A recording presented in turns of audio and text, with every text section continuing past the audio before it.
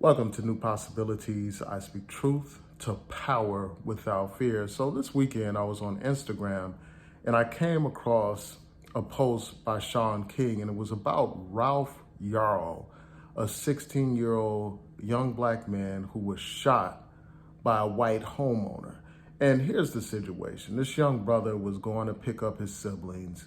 He went to the wrong address. He was supposed to go to 115 Terrace, but instead he went to 115th Street. And when he got there, to ring the doorbell, this white homeowner whose name is Andrew Lester, this is an 84-year-old white man.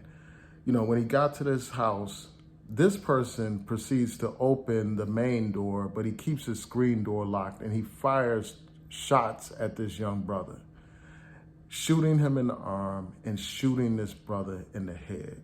The brother was hospitalized. He has since been released from the hospital, but this brother could have been dead.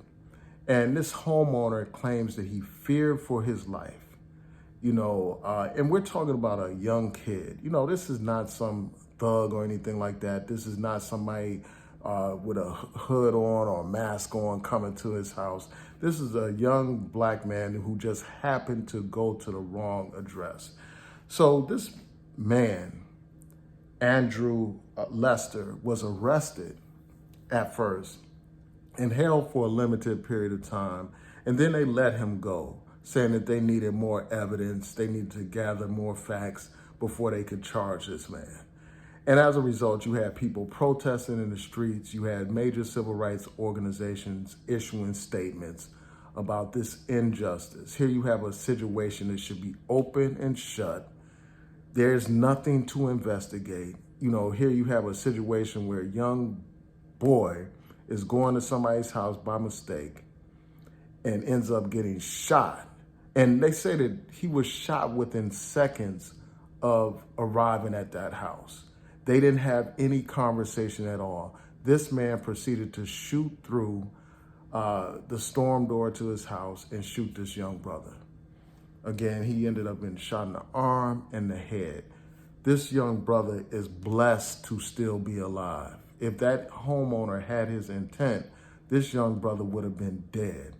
And the fact of the matter is, this man should have been arrested and charged from day one. I'm glad that he has been charged. He has recently been charged with first-degree assault and armed criminal action. So he's been charged with those things. Those are felonies. If he's convicted, he may spend the rest of his life in jail. But the fact of the matter is, people shouldn't have to march and protest and demonstrate and have rallies and all that kind of stuff for basic common sense human rights. It is crazy that that's what had to happen in an obvious situation where this homeowner was engaged in criminal activity against this young brother. This homeowner's actions were unjustified. There was no reason whatsoever for this white man, to proceed to shoot and try to kill this young brother. Should not be a crime, a capital offense for someone to go to the wrong house. And this speaks to this mindset that some people have, this racist mindset where they view black skin as a badge of criminality, where they view black men, young black men, as inherently dangerous. This is a young man who's on the band at his school. He's a good young man. But in the eyes of a white supremacist racist, all they see is the N-word when they see a young black man. All they see is a criminal when they see a young black man. All they see is a threat when they see a young black man. And they feel like they're justified in doing whatever they deem necessary to remove that threat. And that's how they see us. They see us as a threat. And it's just a shame that you had this situation happen to begin with, and that you had a police department and prosecutor's office who delayed, even though it was for a couple of days. There shouldn't have been any kind of delay at all. That man shouldn't have been released at all. But this is America. This is what this country is about, unfortunately. So hopefully there will be justice in this case. I hope that people don't sympathize with this killer and deny this young man justice.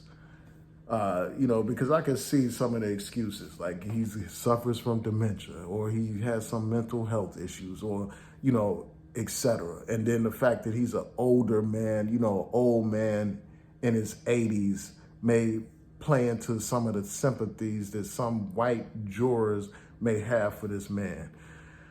So I'm just going to continue to monitor this situation. This is crazy. Somebody shouldn't end up getting shot simply for knocking on somebody's door. And this is not the first time it's happened. There was a situation where a young black woman went to a man's house after getting into an accident, seeking help. And instead of help, that young black woman received bullets and was killed in that case. And I was just watching on CNN, they had a situation where a white woman and her friends went to some stranger's house by mistake. They were looking for directions or whatever, and they got lost. And that woman ended up getting shot and killed. And it's just crazy, the mentality that people have. And this also speaks to these gun laws in this country, like where everybody is armed. And you have this situation where it's wild, wild west. There has to be some kind of reasonable restrictions on these weapons, on access to weapons. Like, I want to know more about this man, Andrew Lester. So I will continue to follow this situation, and I want to hear your thoughts, about this situation. I think that people need to keep up the pressure, keep monitoring these situations. Because this happens too often when it comes to Black life. Black life is viewed as inconsequential a lot of times. Black lives don't matter to people. It don't matter to prosecutors a lot of times as much as white lives do. You all recall the situation involving Ahmaud Arbery, where that young brother was shot and killed. He was hunted like an animal, shot and killed. And it took prosecutors forever to bring charges against those killers who hunted that brother. They were justifying what that killer had done. It took a new prosecutor to bring actual charges against those men. And now they're in prison only because people stood up, only because people marched and demonstrated and spoke out. Otherwise, they would have swept that thing under the rug. It would have been another dead brother with no justice. So we got to keep up the pressure always. It's just a shame that even in this day, here we are all these years after Jim Crow, all these years after the civil rights movement, and we still have to march. We still have to demonstrate and speak out for the most basic and most simple of rights. And that's the right to be alive. So tell me what y'all think about that situation. Please rate, comment, subscribe, like the video, share the video, and hit that notification bell so that you'll know when I post new content. Peace and blessings.